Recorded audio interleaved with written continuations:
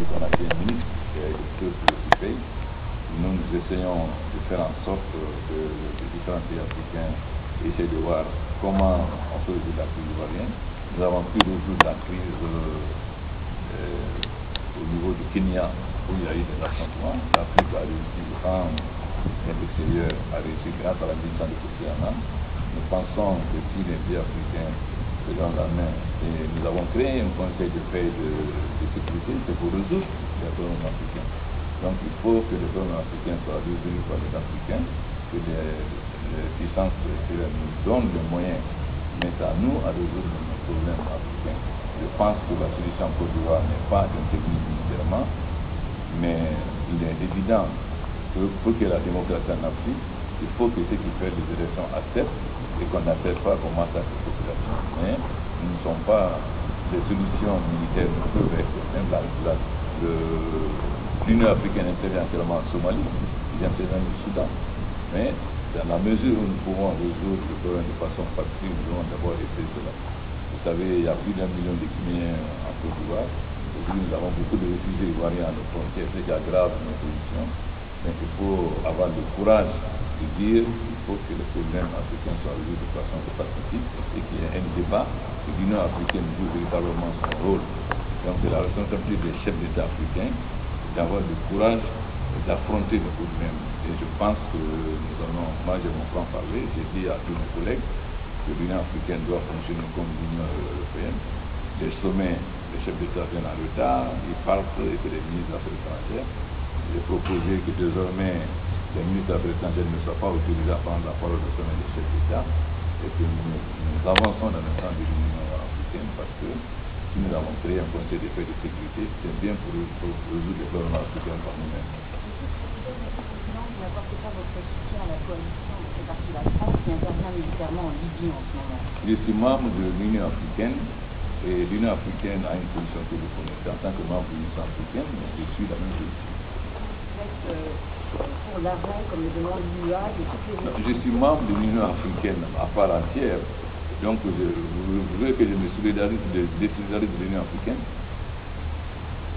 Monsieur le Président, Olivier Nouré, dans votre Africa, vous l'avez dit tout à l'heure, vous avez passé beaucoup de temps en France en tant qu'opposant. Qu'est-ce que ça vous fait de revenir ici à Paris sous le costume de président de la République?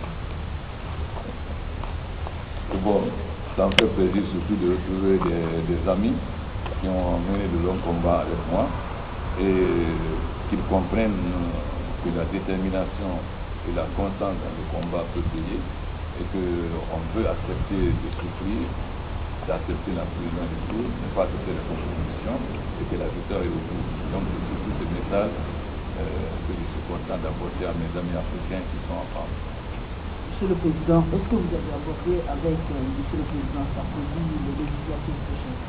Oui, nous avons un chronogramme. Vous savez, à cause de l'impôt de capitation, beaucoup de paysans ne sont pas fait recenser. Parce qu'on dit, si vous recensez 10 personnes, vous allez payer l'impôt pour 10 personnes. Nous avons supprimé l'impôt de capitation le 31 décembre. Donc nous allons faire un recensement électoral en donnant à la fois la carte d'électeur avec la carte d'identité comme le Congo-Kinshasa ou le Sénégal. Ensuite, nous allons discuter les cartes d'électeurs. Nous allons organiser les élections au cours de 2011 après la saison de pluie. Monsieur le Président, jusqu'à Paris, journaliste politique, vous disiez en fait que tout est à faire sans vous. Quelles sont vos priorités? Vous dites? Vous disiez à votre prise de pouvoir que tout est à faire ou bien à refaire en 2010. Quelles sont vos priorités pour le Mais je peux vous dire que j'ai hérité d'un pays, mais pas d'un État. Notre première priorité, c'est de faire des réformes structurelles pour qu'il y ait un État. Et ensuite, tout le monde parle de la Guinée comme un scandale géologique, mais la Guinée est d'abord un scandale agricole. Donc notre première politique, c'est d'amener la Guinée à l'autosuffisance alimentaire et ensuite de donner le courant, parce que vous savez, sans énergie, aucun pays ne peut se développer. Et ensuite, de redresser la situation de l'armée, nous avons commencé, et d'assurer la sécurité de la population par les gendarmes et la police, l'armée ayant comme rôle de sécuriser les frontières.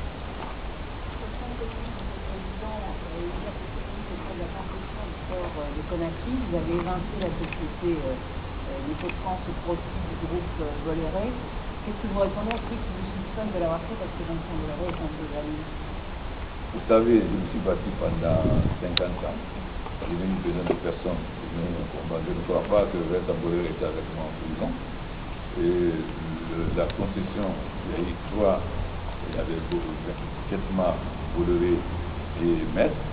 Tout le monde sait que la concession à Ketma a été contestée. Cette concession a été annulée en 2008. Je crois qu'Alpha Condé n'était pas encore président. Ensuite, en 2009, Dadis a confirmé l'annulation. C'est ensuite qu'il a réuni, parce que c'est un régime militaire, il a réuni. Moi, je suis arrivé au pouvoir, j'ai dit qu'au peuple guinéen devait faire le changement. Les techniciens et les juristes m'ont présenté un dossier qui montrait que le jettement n'a pas rempli les conditions. Et il y a un dossier très clair. À partir de ce moment, il n'y a plus d'admission politique. Dans 2 ans, si Bolloré, je ferai l'auditeur du port, si Bolloré ne remplit pas les engagements, j'enlèverai aussi la formation. J'ai été élu par le peuple de Guinée. J'ai promis le changement, je n'ai de compte à rendre au peuple de Guinée, c'est lui qui m'a élu, c'est lui qui est le champion, je n'ai de compte à rendre au peuple de Guinée. Maintenant, le problème Bolloré, exactement, c'est une affaire franco-française qui ne regarde pas la Guinée. Moi, je suis venu pour prendre les responsabilités de la Guinée. Le climat en Guinée pour les investisseurs que vous attendez? Mais pas du tout. La preuve, Géocoton a été parti en Guinée de façon injuste. J'ai demandé son retour.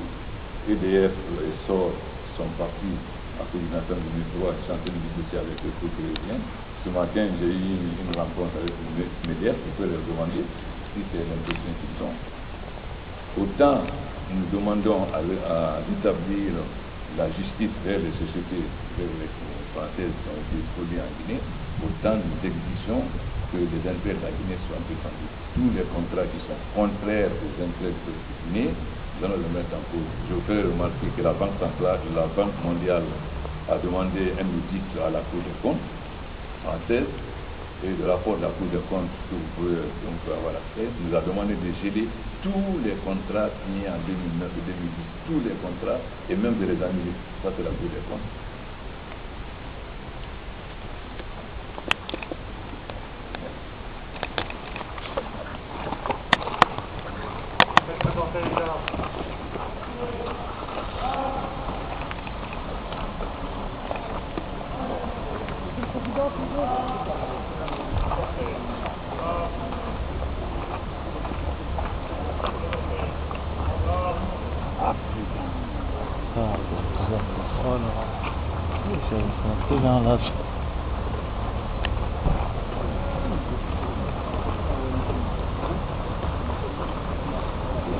Bon, la manette, elle ne veut pas se déplacer.